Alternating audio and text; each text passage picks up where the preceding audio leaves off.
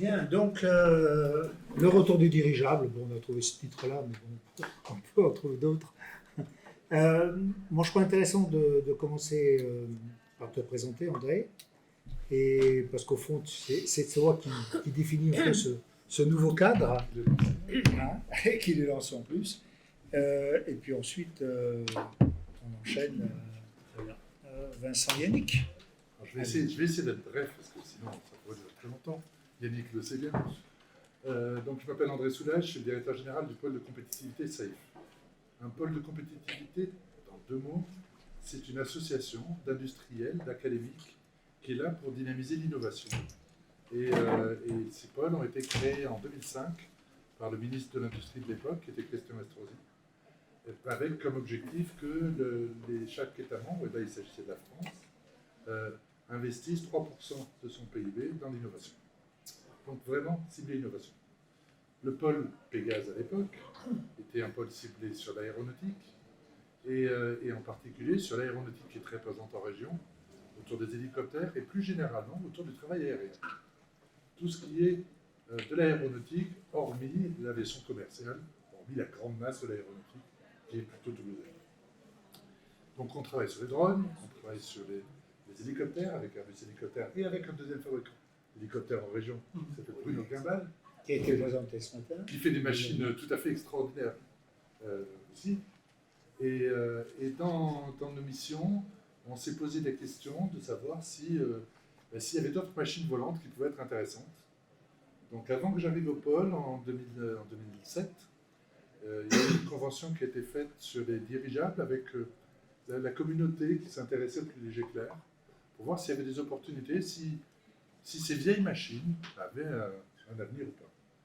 Alors ces vieilles machines, elles ont volé dans les années 20. Les premières lignes transatlantiques étaient des lignes dirigeables, avant que Lindbergh traverse l'Atlantique en avion, et c'était un héros.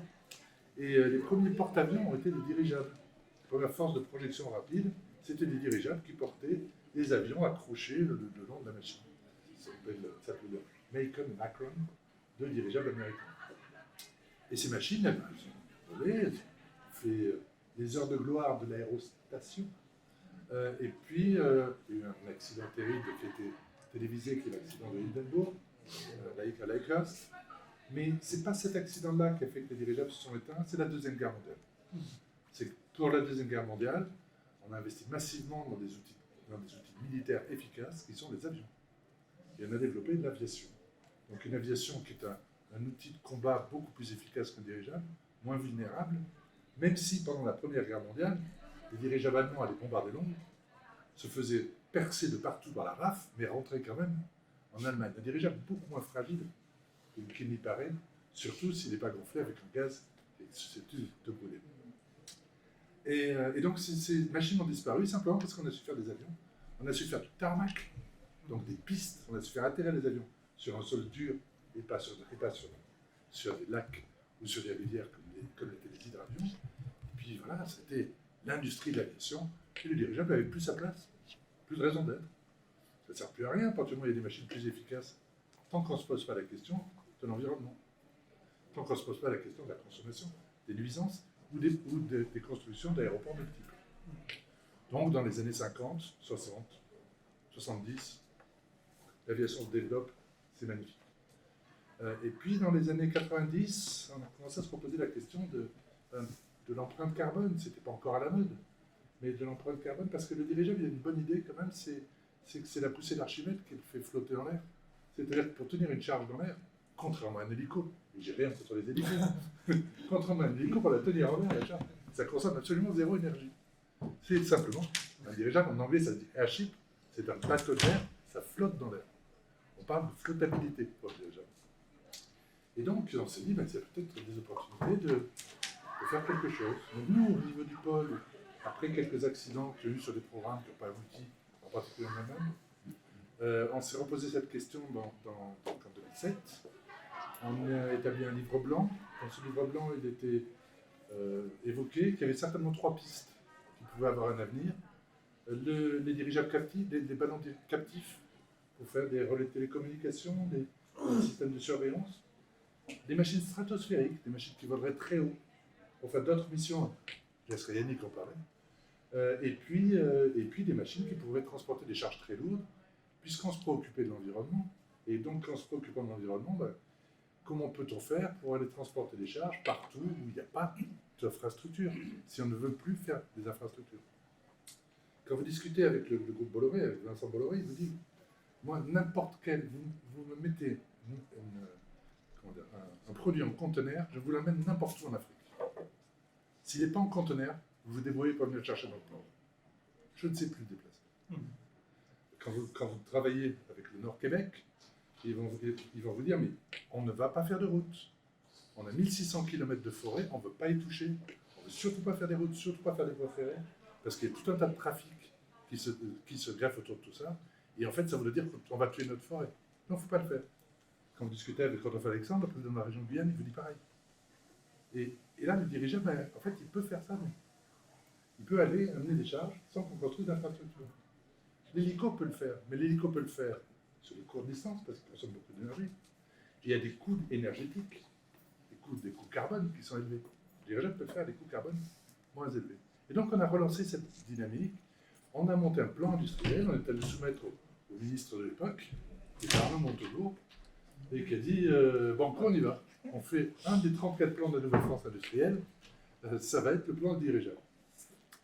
Et donc, on a monté cette feuille de route. J'ai eu l'honneur d'être nommé chef de plan.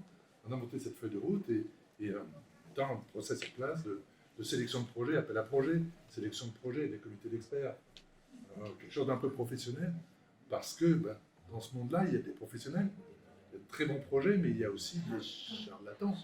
Des gens qui vont vous faire croire, par exemple, qu'on peut faire un dirigeable bombardier d'eau, qui va venir vous larguer 50 piscines d'eau au-dessus d'un incendie. Ils ont juste oublié un truc, c'est qu'un dirigeable, ça flotte dans l'air. Si vous enlevez 200 tonnes, il est trop léger de 200 tonnes. Il remonte. Et vous ne l'arrêtez pas. Donc vous avez des tas de projets farfelus comme ça. Et donc on a voulu trier, faire émerger des bons projets. C'est aider à consolider les consortiums de ces projets. Le ministre de l'Industrie a changé. C'est notre président actuel qui est le ministre de l'Économie et qui a continué à approuver ce plan, qui a été donc un des plans de la mobilité du futur. Et c'est sous le ministre Macron que ce plan est devenu une réalité, qu'on a commencé à avoir les premiers financements sur les premiers grands projets. Les grands projets, il y en a un qui sera présenté, qui est Stratobus. On l'a incubé dans le pôle pendant des années. Ça commence en 2009, Stratobus. Vous imaginez le temps qu'il faut pour faire émerger ces projets-là? En 2009, on a fait des études de faisabilité, des études d'opportunité. On s'est fait financer sur le fonds public. On a embarqué Thales Alenia Space, on a embarqué Airbus Defence Space, on a embarqué Zodiac, l'ONERA, le CNES, le CEA, enfin, on fait monter tout ça, et puis jusqu'à ce que finalement ça rentre dans le plan industriel et que ce soit un des projets du plan. Et donc on a deux grands programmes, on a des programmes très intéressants à côté des grands programmes qu'il ne faut pas négliger, mais on a deux grands programmes qui sont apparus, un dirigeable charge lourde, donc c'est un projet qui est porté par une start-up. Une start-up en aéronautique, c'est pas tous les jours. C'est vraiment pas tous les jours parce qu'une start-up sur un programme à 15 ans et un programme à 2 milliards d'euros, au passage. Et bien cette start-up, on l'a accompagnée sur son premier tour de table, ses premiers financements publics, son deuxième tour de table.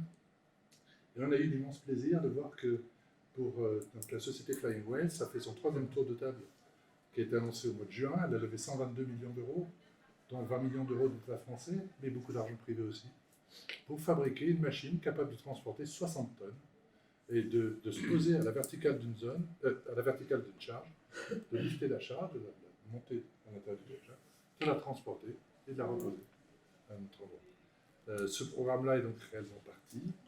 C'est un programme qui a réussi à convaincre des investisseurs nombreux et des pouvoirs publics, y compris les pouvoirs publics du Québec, y compris un gros industriel chinois qui est dans une DSPV à côté du projet. C'est un programme totalement international. Ce programme est parti. On attend de voir voler ces machines d'ici maintenant 3 ans. Le deuxième grand programme, c'est Stratobus, machine stratosphérique. Ce sera Yannick qui va en parler. Et puis, il y a eu tout un tas de petits projets, des projets fantastiques de tourisme stratosphérique. Là, c'est Vincent qui va en parler. Et puis des projets de ballons captifs, dont des projets militaires de ballons captifs, qui sont totalement stratégiques. Et puis un projet de petits dirigeables drones pour inspecter des lignes de tension, des choses comme ça. Donc la filière dirigeable, elle existe, elle commence à devenir une réalité. Et on en est très fiers. C'est aujourd'hui une petite partie de l'activité du pôle, parce qu'on fait beaucoup d'autres choses. On travaille sur l'aéronautique, sécurité et défense. Mais c'est une filière qu'on a incubée et qui devient réelle. Et on est très content. Au passage, notre ami Stéphane Magana est parti, mais c'est le pôle Safe aussi, Paul Pégase à l'époque, qui avait lancé le team Henri Fabre et Innovsys. C'est nous qui avons porté ces dossiers-là il y a bien longtemps. Bon, merci pour ce panorama, André. Merci beaucoup. Peut-être dans la logique, alors du coup. Déjà, Stratobus, ça vient effectivement d'une longue histoire avec le pôle Safe.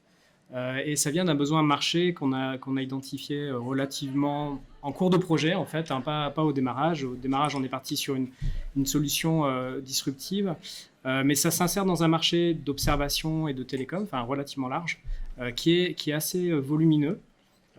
Pour info, le marché satellite mondial est à peu près d'1,8 milliard par an sur l'observation. Stratobus, ce qu'on vise en termes de marché juste d'observation, hein, c'est pas du tout le télécom, c'est entre 1 et 2 milliards par an. Donc en gros, ça pourrait être l'équivalent de ce que Thales Alenia Space fait sur les satellites, ce qui est quand même relativement significatif. Donc il y a un intérêt qui est relativement fort. Alors par contre, il y a peu d'acteurs pour l'instant puisque la technologie empêche. Stratobus, en quelques mots, c'est un couteau suisse qui est capable de faire de différentes missions, toute nature en fait. L'objectif pour nous, c'est d'avoir un point fixe au-dessus du globe, à 20 km dans les couches basses de la stratosphère, et d'être stable, c'est-à-dire d'être fixe et sur une durée relativement longue. Et c'est une solution qu'on n'a pas aujourd'hui, puisque les satellites sont défilants, et les solutions aéroportées, elles, ne sont pas permanentes. Donc nous, c'est vraiment un point extrêmement essentiel en termes de besoins, et c'est une contrainte forte, parce que ça nous amène à des technologies qui sont vraiment très, très spécifiques. Après, on est multimission, hein, donc l'objectif, c'est d'embarquer 250 kg de charge utile, 8 kW. Donc la puissance, ce n'est pas un problème pour Stratobus, hein, il y a un générateur solaire qui est relativement large. Mais 250 kg, c'est énorme. Aujourd'hui, les solutions type planeur qui fonctionnent à l'énergie solaire embarquent 5 kg. Donc 250 kg, ça permet d'embarquer une boule optronique et un radar. Donc, ce qui permet d'avoir des solutions duales pour l'observation. Et après, en télécom, on peut avoir des relais 5G. Enfin, il y a énormément d'applications qui sont possibles là-dessus. On a un objectif aussi de déplacement, c'est-à-dire on peut, de manière autonome, transporter le Stratobus sur n'importe quel point du globe. Donc, il n'est pas obligé d'être au-dessus d'une base en visibilité. Donc, on a des liens directs par des antennes, mais aussi des liens satellites, avec une autonomie à bord, une avionique qui lui permet de gérer sa performance et de rejoindre n'importe quel point du globe. Je passe un peu vite. Donc en termes de mission, on a fait une étude relativement tôt des possibilités de mission. Alors la capacité de 250 kg nous permet de faire énormément de choses. Un des premiers objectifs, un des premiers marchés, ça va être tout ce qui est observation typée militaire, parce que c'est eux qui nous financent en fait. Ils sont prêts à prendre des risques sur le financement et il y a des besoins très très importants sur l'ensemble des forces armées. On a une étude avec la DGA qui a montré que de toutes les forces, ça pouvait générer de nouvelles opportunités de mission. Donc ça va être le premier client, entre guillemets. Il y a beaucoup d'applications sur tout ce qui est environnement et scientifique, surveillance pour les feux de forêt, l'érosion des côtes, des populations d'animaux en souffrance, enfin, voilà, il y a énormément de choses là-dessus. Et il y a aussi un aspect navigation, c'est-à-dire améliorer la précision du signal GPS, ou Galileo qui va arriver avec un point fixe donc, qui est relativement précis, et ça va augmenter les capacités dans les villes notamment, et ce qui va être très intéressant pour la gestion des voitures autonomes, par exemple. Il y a d'autres applications type télécom, donc ça c'est un marché colossal qui est complémentaire à ce qui se passe au sol, enfin les stations terrestres, mais aussi ce qu'on fait avec les constellations de satellites. Donc là il y a d'autres fonctions, mais c'est un marché qu'on va adresser dans un deuxième voire troisième temps parce qu'il demande des disponibilités très importantes qu'on ne sait pas justifier dans un premier temps. Donc on va amorcer le marché par de l'observation typée de défense, puis plus civil, puis de l'environnement, puis après du télécom. Donc Stratobus, c'est un gros bébé. C'est un dirigeable sans structure, hein, c'est pas comme les anciens dirigeables. Donc là, l'objectif, c'est d'être très léger. Monter dans la stratosphère, il faut être extrêmement léger. La masse donne directement le volume, hein, et le volume donne la masse, donc il y a une équation à résoudre. Le point de fonctionnement aujourd'hui, c'est une machine d'environ 8 tonnes à sec, sans hélium, hein, donc c'est rempli à l'hélium, qui a une stabilité à peu près à 20 km.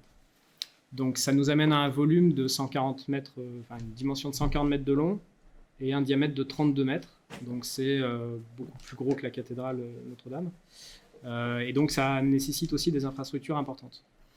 La puissance à bord, c'est à peu près 300 kW. Donc c'est une petite centrale, hein, c'est pas une centrale nucléaire, mais c'est quand même déjà pas négligeable. Donc pour l'aéronautique, c'est assez exotique. 300 kW, donc ça fait à peu près 1000 m² de générateur solaire. On peut monter à 2000 m².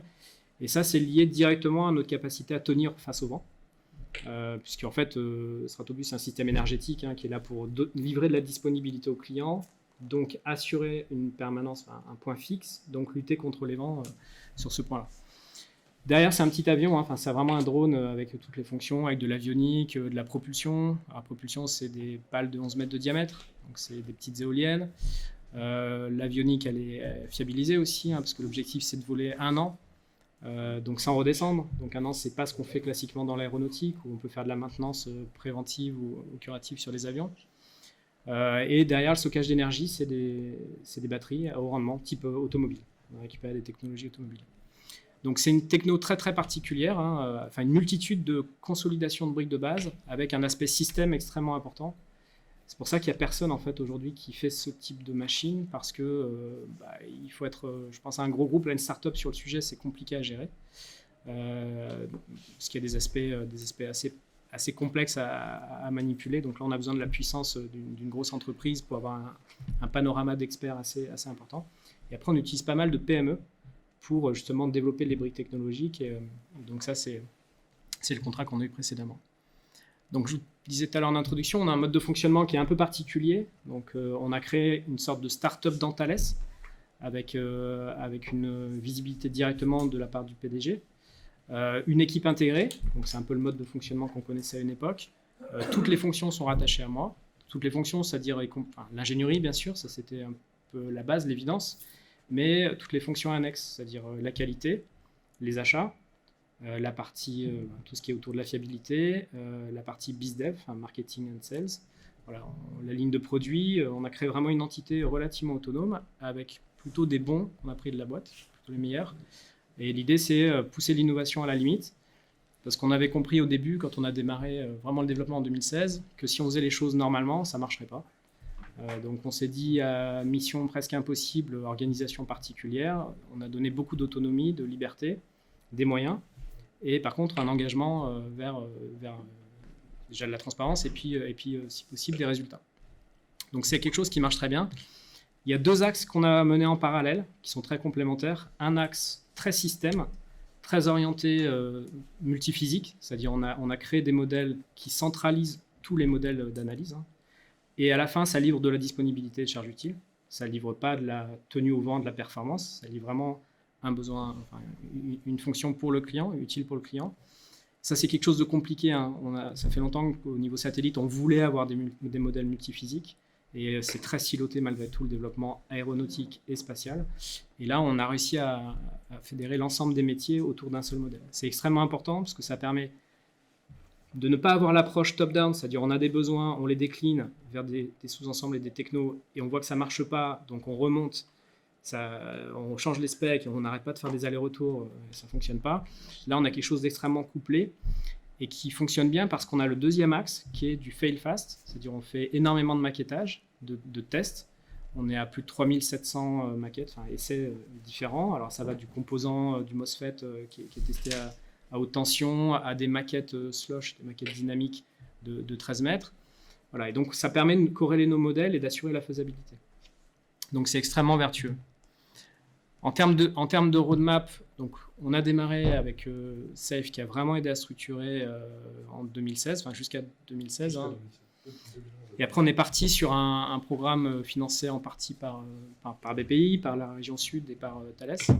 ses partenaires, qui nous a amené fin 2021, donc assez récemment, à une démonstration de la faisabilité avec de la robustesse.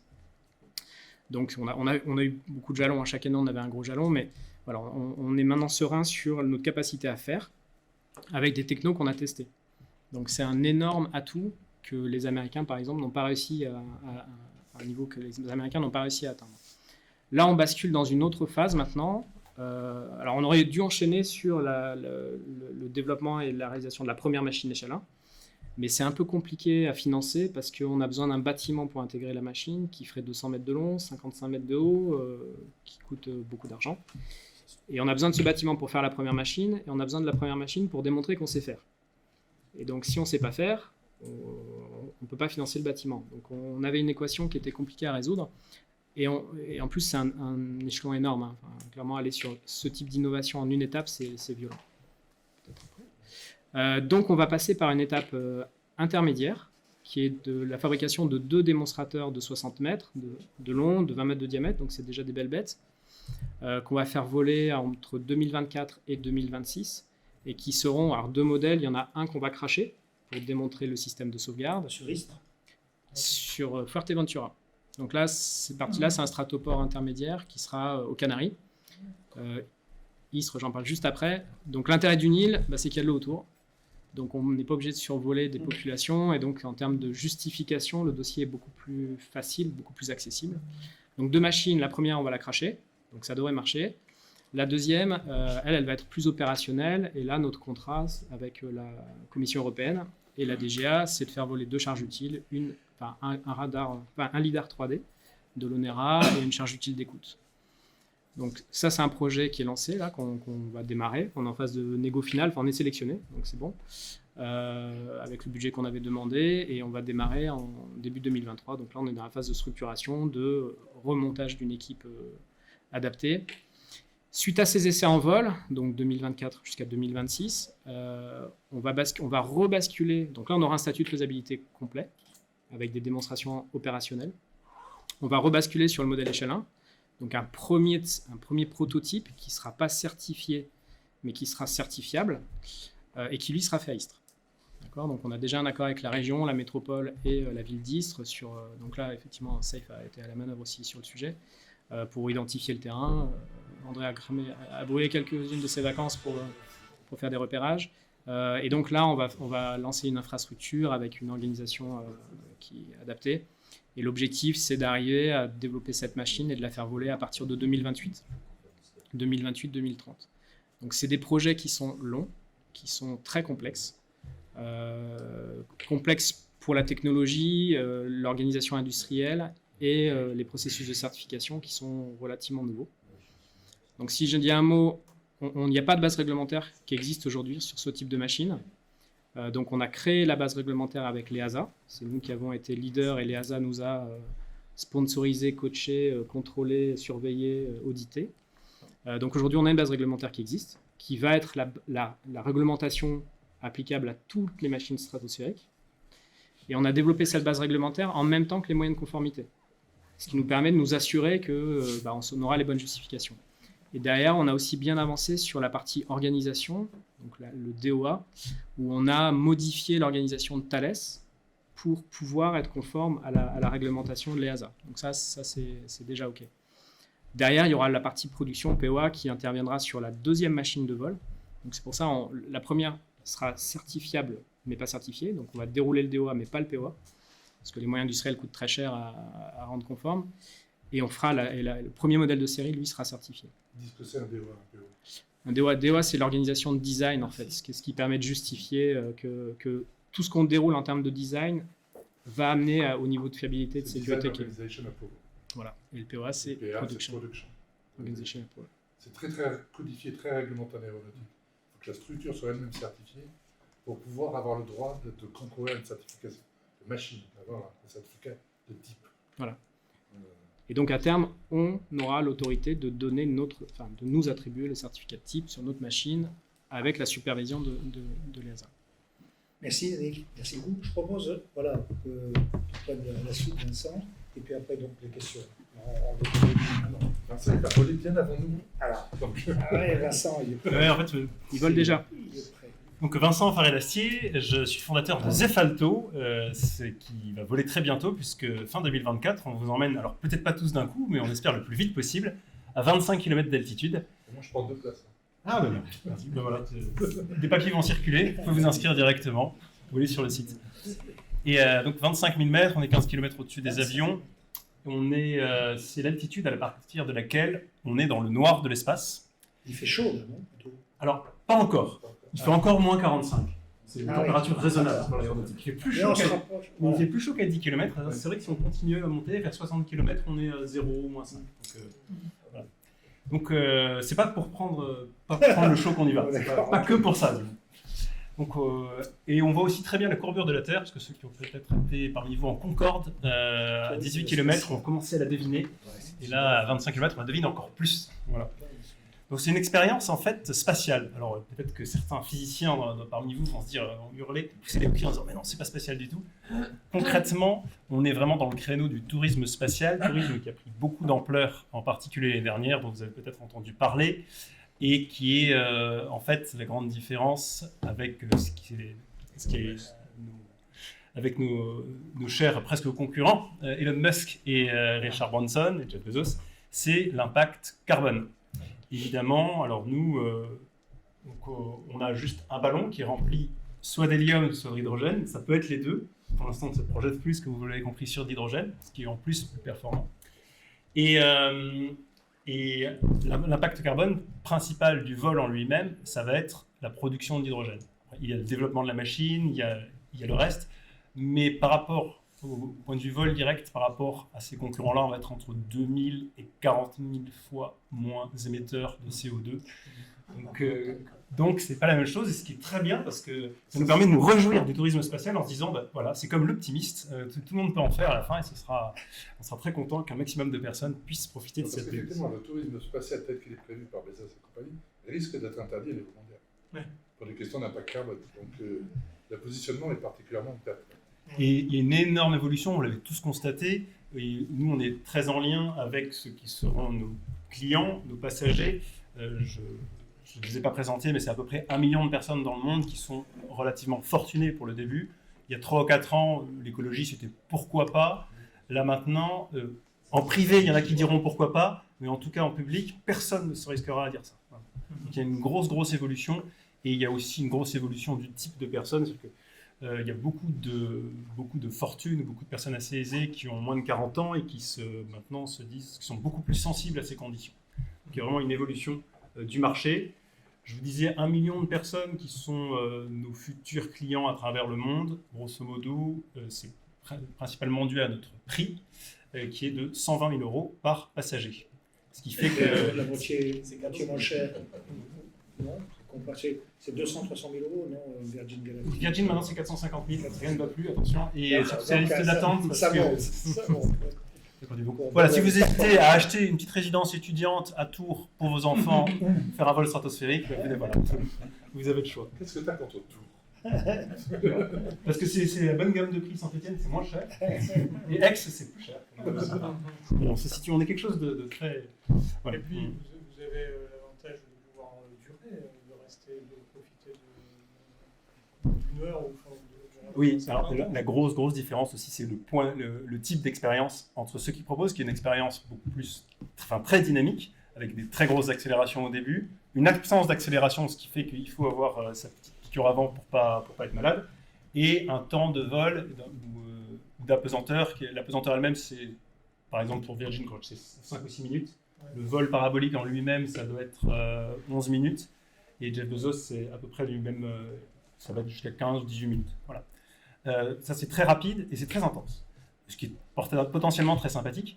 Nous, ça va être très différent. Le vol va durer 6 heures. La première expérience, même si la techno nous permet de voler plusieurs jours, au début, ce sera 6 heures. C'est-à-dire 1h30 de montée pour aller jusqu'à 25 000 mètres, 3 heures là-haut et 1h30 de descente dans un calme absolu. Pour s'emmerder. Alors, vous avez le droit de venir avec qui vous voulez à bord. Si vous vous emmerdez en famille, ça va aller. Attention. Il est connecté sur Netflix. Voilà, donc, toutes les connexions qu'il faut. L'idée, c'est vraiment d'offrir, de mettre de faire un accès, un spectacle sur, évidemment, l'observation plutôt comme un télescope, mais l'observation sans pollution du tout lumineuse là-haut. On a vraiment l'atmosphère, 98% de l'atmosphère qui est en dessous. On a la planète dans un halo bleuté. Alors, je ne vais pas ramener d'image, mais je pourrais vous les montrer. Alors, C'est comme un peu le défi suivant. On va tous se mettre devant. Hein. On vous a pas dit que c'était C'est un progressif. test oculaire. Non, parce que, Excusez-moi, c'est un iPhone c'est... Ah non. Non, c'est un concurrent. Non, Donc c'est de plus en plus léger, on devient de plus en plus frugal, c'est une innovation frugale, c'est des startups, donc voilà, de plus en plus. Enfin, ouais. Alors c'est quoi qui justifie le 100 000 euros? Pour moi, c'est monté en ballon. Alors c'est vrai, j'avoue, 100 000 euros. vu comme ça, c'est pas du tout justifié. C'est vrai, Ça a parce pris que le ballon, c'est quelque chose de simplissime. Par rapport à un hélicoptère, on est 2 ordres de grandeur de complexité en dessous, ce qui fait que c'est beaucoup plus facile à certifier au passage, donc parfait. Comment ça se fait qu'on arrive à justifier un tel prix? On amortit quand même de le prix au début nos coûts de développement, qui sont de plusieurs dizaines de millions d'euros. Il se trouve que moi j'étais naïf au début, j'arrive, j'étais ingénieur, je me dis bon voilà, et ça, puis après on met une marge. En fait, quand on arrive sur un marché, c'est pas ça qu'on fait. On s'aligne sur le prix que le client est prêt à payer, ce qui est moralement discutable, mais en tout cas les concurrents font comme ça, on ne peut pas arriver à casser un marché. Le prix, il y a un concurrent principal dans le monde, il y a plusieurs petits, mais il y en a un surtout sérieux, américain, et c'est le même prix. Donc, ça nous permet d'avoir des marges qui sont pas forcément celles de l'aéronautique standard. On se rend compte qu'on est justement au croisé de 2 industries qui sont l'aéronautique, aérospatiale, et le luxe. C'est bien parce qu'en tant que Français, on est tout à fait intelligible au niveau mondial pour ça. Et du coup, ça nous permet d'avoir les marges du second. Et ça, c'est intéressant. Après, ça va pas s'éterniser. D'une part parce qu'il y a forcément la concurrence qui va monter et forcément les prix vont baisser. C'est beaucoup plus difficile de baisser d'un prix que de le monter. Donc on est obligé de se positionner assez haut au début. Et ensuite, il y aura forcément une démocratisation puisque justement, nous, on ne compte pas être interdit par le côté pollution. Donc je pense que oui, je n'arriverai pas à donner une échelle de temps, mais à assez court moyen terme, les prix vont beaucoup descendre. Je pense qu'on peut faire un parallèle avec ce qui se passait il y a un siècle avec les débuts de l'aviation. Les premières lignes, souvent du avion, par exemple, mais c'était réservé à une clientèle extrêmement fortunée et assez rapidement, non, ça a mis longtemps pour l'aviation, mais ça a fini par se démocratiser. Et là, évidemment, ce sera la même chose et dans des proportions assez importantes, puisque en effet, la techno est simple. Bon, pour l'instant, il y a des coûts, alors si on vole à l'hélium, c'est très cher, mais si on vole à l'hydrogène et avec nos technos actuels, il y a quand même encore un certain coût qui vont descendre, mais le prix va baisser et c'est bien. L'idée, c'est de développer et d'opérer. Oui, on se place comme Airbus et Air France à la fois. La totale. Je découvert. Je vais y réfléchir pour vous payer 100 000 euros, mais ce qui m'intéresserait, c'est quand même la sécurité du vol par rapport à ce que propose par les fusées. Est-ce qu'il y a un gros avantage d'utiliser un ballon du point de vue de la sécurité du vol? On a un investisseur qui nous a dit, voilà, vous pourrez. Il a dit à la radio, il n'a pas dit qu'à nous. Moi, en fait, je rêve d'aller en espace, mais là, pour l'instant, en fusée, les statistiques, c'est 1 sur 100 qui plante. Donc, moi, j'y vais en ballon et j'investis chez Zephyr. L'idée, c'est au point de vue fiabilité. Donc, il y a la complexité en moins des systèmes. Il y a les CAPAN à analyser. Le CAPAN, je vais le faire simplement. Donc, sauf atterrissage particulièrement mouvementé, mais sur 6 heures, si vous surveillez les conditions de vent, vous êtes à peu près à l'abri de la surprise. Même s'il y a quand même des procédures. Et après, sinon, tout simplement, c'est la pressurisation. Il ne faut pas qu'il y ait de problème de pressurisation. Il faut que ce soit redondant. Et on a la chance, même par rapport à l'hélicoptère, de pouvoir envisager des choses. Le but, c'est d'arriver à faire avec le curseur à 10-8, 10-9, 10-6 pour son niveau de risque. Et d'arriver à ça. On arrivera. Il y a une seule fiabilité vraiment clé, c'est celle-là. Et quelle est la redondance là-dessus? On a la chance d'avoir quelque chose d'assez simple à gérer, d'avoir quelque chose d'extrêmement fiable. Et on a un autre investisseur qui est là, c'est sympa parce que j'ai déjà un vol sur Virgin Galactic. Mais là, c'est bien parce que je vais y aller avec mon père et mon fils. C'est une approche qui est très très différente. Et en fait, c'est vrai qu'on est extrêmement simple. On est un ordre de grandeur aussi au point de vue budget de développement par rapport au programme dont vous parliez respectivement, André et Yannick. Donc ça reste pas donné, donc il faut amortir ses coûts. Mais là aussi, on le retrouve dans l'addition finale. À propos de père et fils, il y avait eu il y a quelques années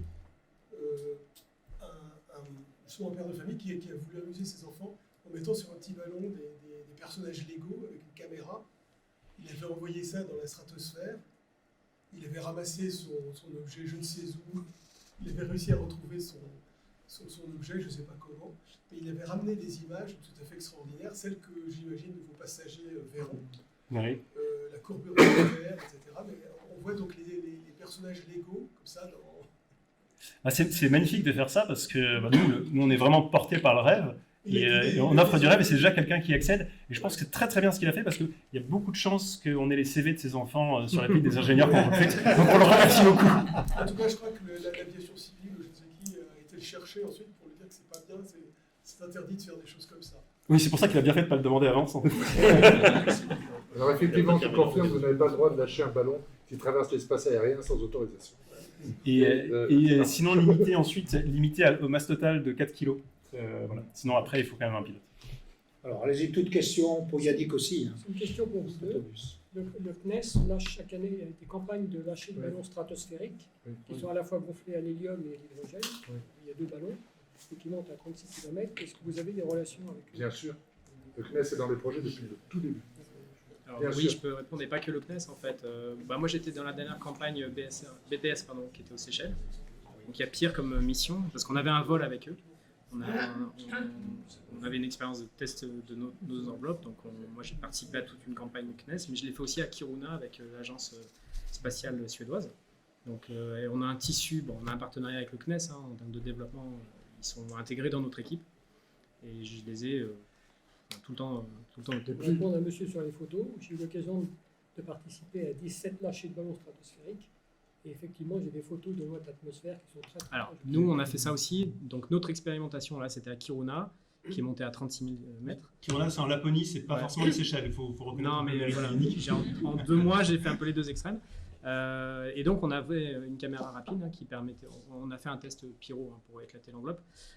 Et donc, on a vraiment vu la courbe de la Terre, c'est magnifique. Alors, même déjà à 20 km, c'est exceptionnel. À 36 000, on a l'impression de... On voit le noir, effectivement, et c'est impressionnant. Pour les deux, est-ce que ce sera un pilotage assisté, c'est-à-dire avec des pilotes, notamment pour la partie tourisme donc spatiale, un pilote à bord, et dans votre cas, est-ce que c'est un ballon complètement autonome avec une équipe dédiée à terre? Tu réponds peut-être. Alors, dans notre cas, on a non pas 1, mais 2 pilotes à bord, attention, avec 6 passagers. Non forcément une femme. Voilà. Exactement. Au choix. Et il n'y a pas tellement d'action de pilotage, mais nous, c'est avant tout, on s'est focalisé dans le développement sur l'expérience passager à bord, le service, et on n'a pas fait en fonction des critères de la régulation qui ne demande pas du tout d'avoir de pilote, mais en fonction du critère de ce qu'attendent les passagers, et à ce prix-là, ils attendent un truc absolument parfait. Donc, non pas 1, mais 2 pilotes à bord. Et d'ailleurs, c'est un vrai problème parce que on commence à... enfin voilà, c'est un vrai problème. Il y a 30 pilotes de ballons à gaz en France, on a un peu plus dans le monde, et voilà, il faut qu'on commence à recruter et former. Et on a là aussi vous travaillé avez... sur des écoles de formation de pilotes dirigeables. Alors nous, on n'a pas ce problème. Nous, il n'y a personne à bord, et c'est un drone complètement autonome, avec même des fonctions d'apprentissage. On appelle ça intelligence artificielle, mais c'est des fonctions d'apprentissage qui permettent d'intégrer, en fait, il a une consigne qui est une zone où il doit rester, et il analyse lui-même l'environnement pour essayer d'y rester, avec des cartos météo qui arrivent, mais aussi une intelligence à bord qui permet de gérer l'énergie pour avoir un maximum de disponibilité. Et au sol, on a une personne, typiquement, qui gère une vingtaine de stratobus. Comme les satellites, en fait. Et sur le dirigeable gros porteur, il y aura des pilotes à bord. Et comme les Tesla, avec un pilote automatique qui suit ce que fait le pilote pour apprendre. Et quand on aura suffisamment de retour d'expérience, qu'on pourra qualifier que le pilote automatique peut faire, on basculera peut-être. Mais les premières années, ces dirigeables seront pilotés avec un pilote à bord. Pour le stratobus, ça peut être furtif. Pas bien, non. C'est 2 fois plus gros qu'un avion et c'est 2 fois plus haut, donc ça se voit pareil. Alors, là, militairement, dans des conflits asymétriques, puisque initialement, ces machines ont été pensées pour des conflits asymétriques, entre autres pour des zones comme le Mali. C'est invulnérable face à ce genre d'opposants, ce genre d'ennemis. Par contre, dans une guerre à haute intensité, c'est vulnérable. D'accord.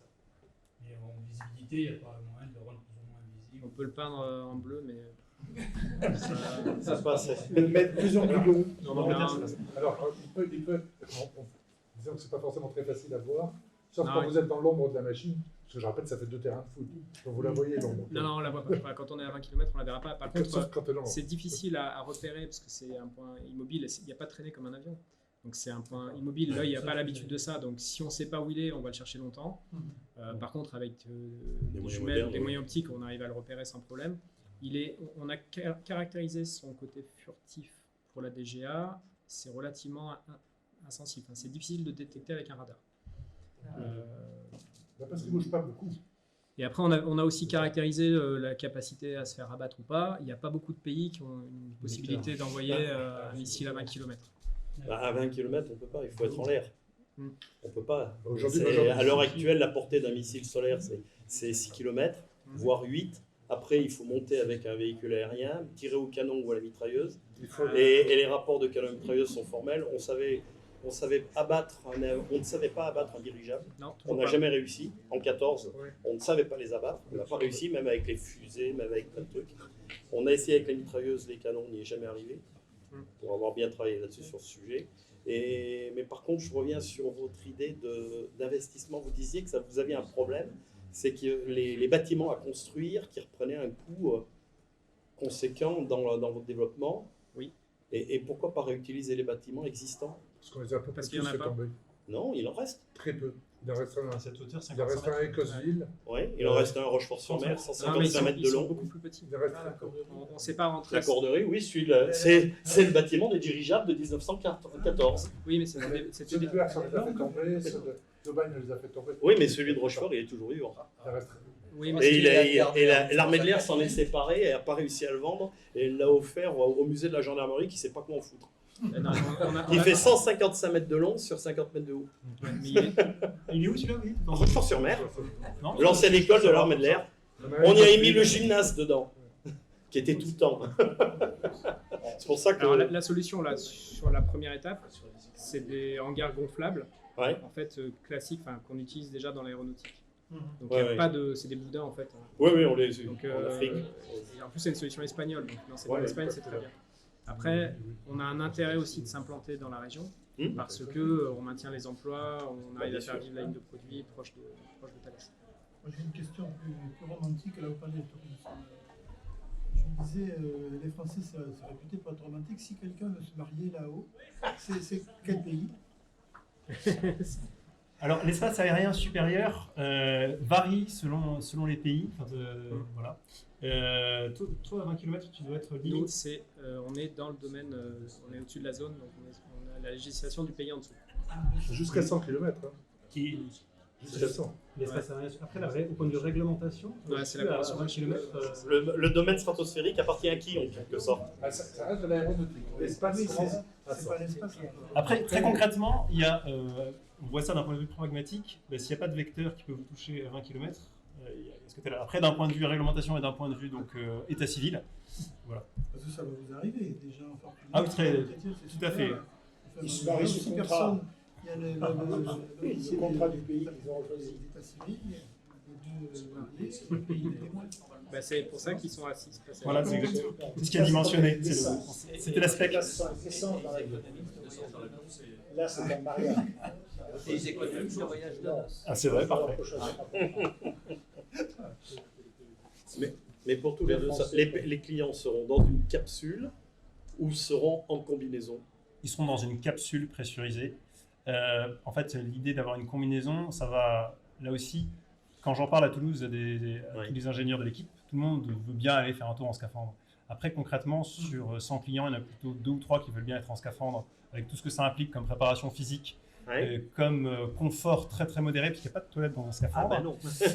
Et donc, si vous faites 6 ou 8 heures, c'est un petit peu différent, ça demande d'avoir certaines protections. Bon, en fait, au total, quand vous regardez l'expérience passager, l'expérience client, c'est une nacelle. C'est moins luxe. Pendant 6 heures, autant pouvoir boire et manger quelque chose. Et puis pour le mariage, c'est la validité du mariage, est-ce que l'alliance dessus ou sous le scaphandre, et ça c'est un vrai problème. C'est surtout la taille de l'alliance le problème. C'est un bracelet. Voilà. Pour la structure du ballon, aujourd'hui, les choix sont faits. Vous Oui. allez mettre des composites. quel type de... Vous voulez dire pour la capsule ou pour l'enveloppe en elle-même? L'enveloppe. L'enveloppe en elle-même, c'est du polymère, c'est du matériau polymère. Donc il y a avec renforcé dans la mesure où nous, une grande caractéristique par rapport aux enveloppes, en particulier du CNES, parce que c'est le CNES qui opère beaucoup ces ballons, c'est la réutilisation. Au passage, le CNES, nous aussi, on a un rapport assez fort avec eux, puisqu'on a signé un partenariat et d'exclusivité de transfert technologique. Le CNES est quand même numéro 1 mondial pour tout ce qui est procédure de sécurité pour l'envol des ballons. Ou deux. Ça dépend si c'est les Américains qui parlent. À partir de 5 nœuds de vent au sol, les Américains ne volent plus, et pardon, 3 nœuds, et jusqu'à 5 nœuds, c'est le CNES. Et mine de rien, ça veut dire qu'on peut voler 2 fois plus souvent avec les technos du CNES qu'avec celles américaines. Donc au point de vue du marché, ça va avoir un réel impact. Et donc on a signé un accord de transfert avec l'exclusivité pour le vol passager de leurs 208 procédures.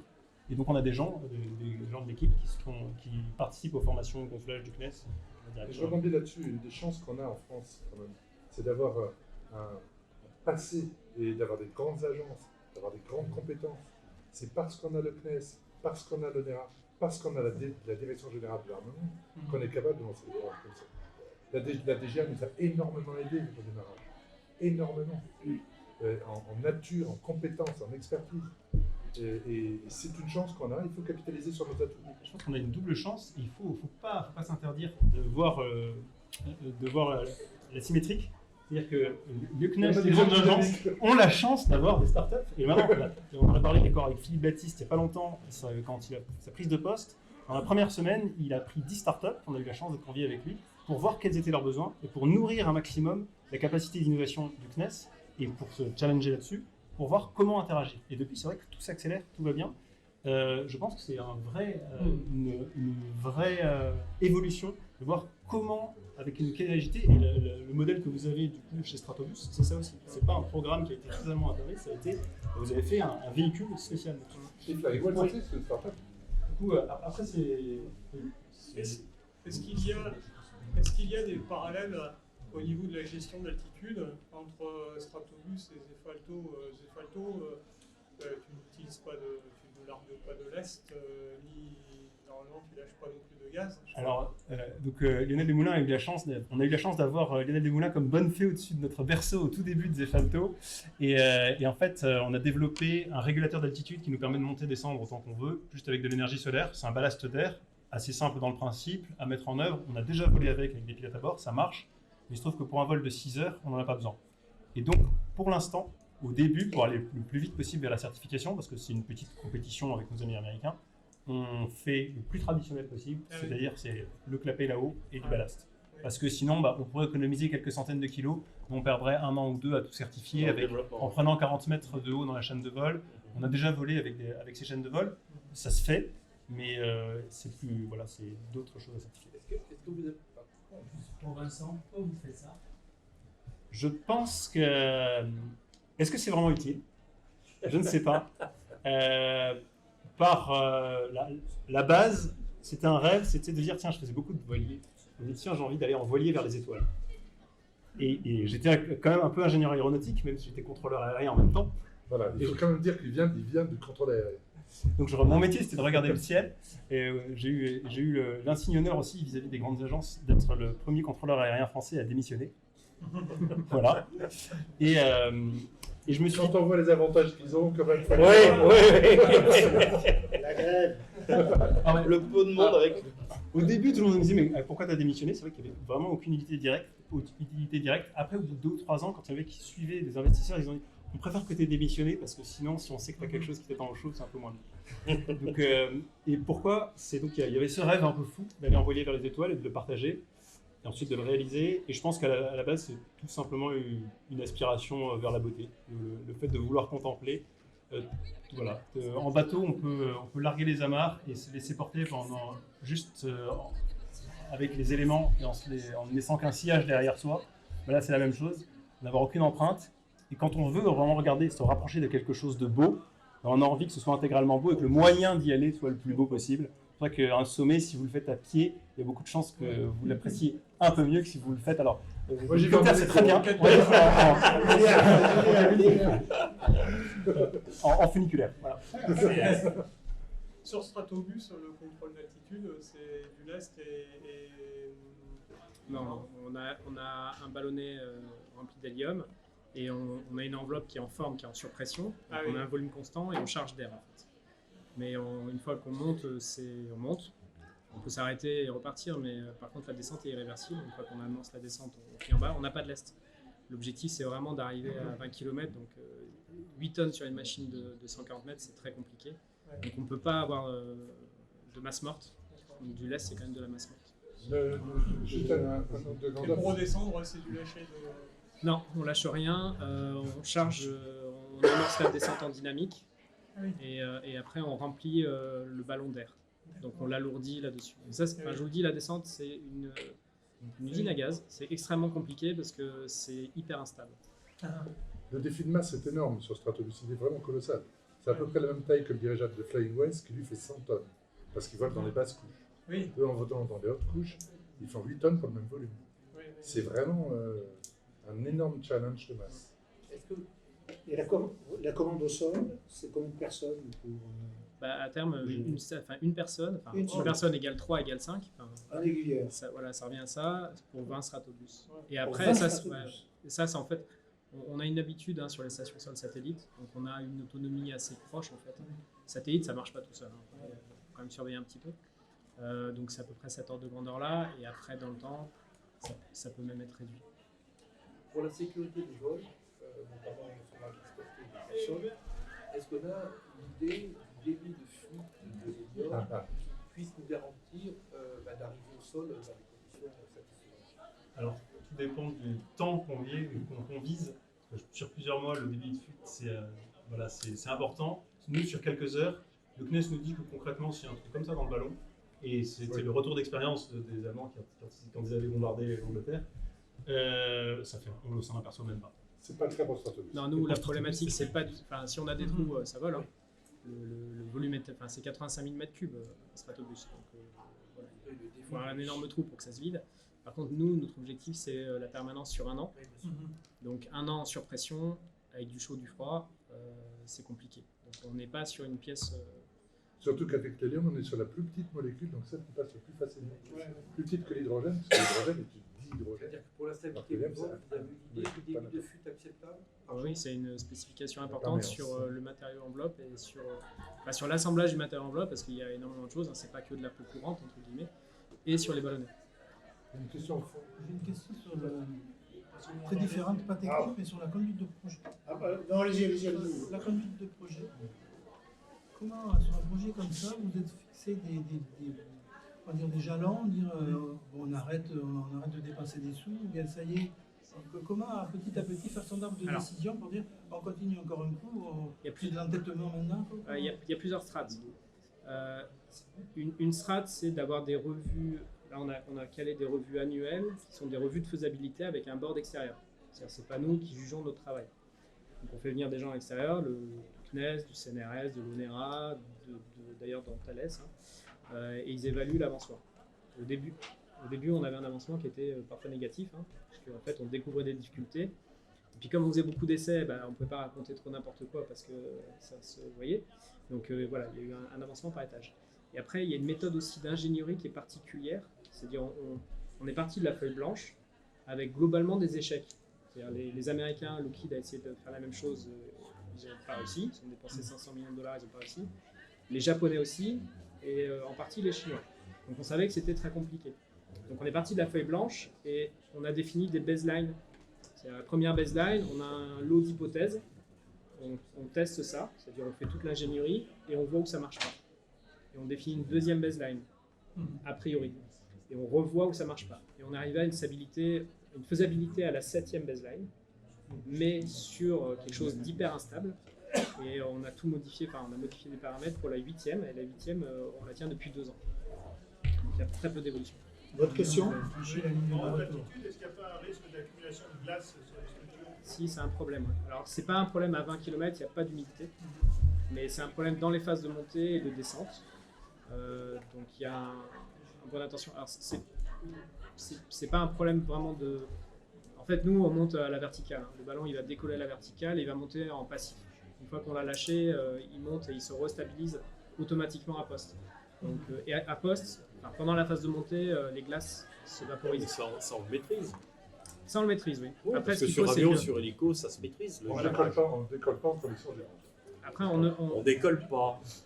Non, mais là, Ah oui, avec le bateau, nous, en fait, on choisit, en dans un avion, premier temps, on choisira les conditions de vol, Ouais. principalement avec le vent, mais aussi les phases de montée. Après, la difficulté pour nous, c'est plutôt la descente, Ouais. parce que la descente est plus lente. Là, on descend pas à la verticale, hein, on est pas donc là, on vole vraiment, et avec des vols assez longs, enfin, on descend de nuit. Et donc, on a des endroits où c'est plus compliqué de descendre parce qu'on doit traverser des nuages, et là, on sait que ça givre. Et là, on a de la propu, on a les gouvernes qui fonctionnent, donc là, il y a un point d'attention qui est plus important sur la descente. Yannick Vincent, désolé.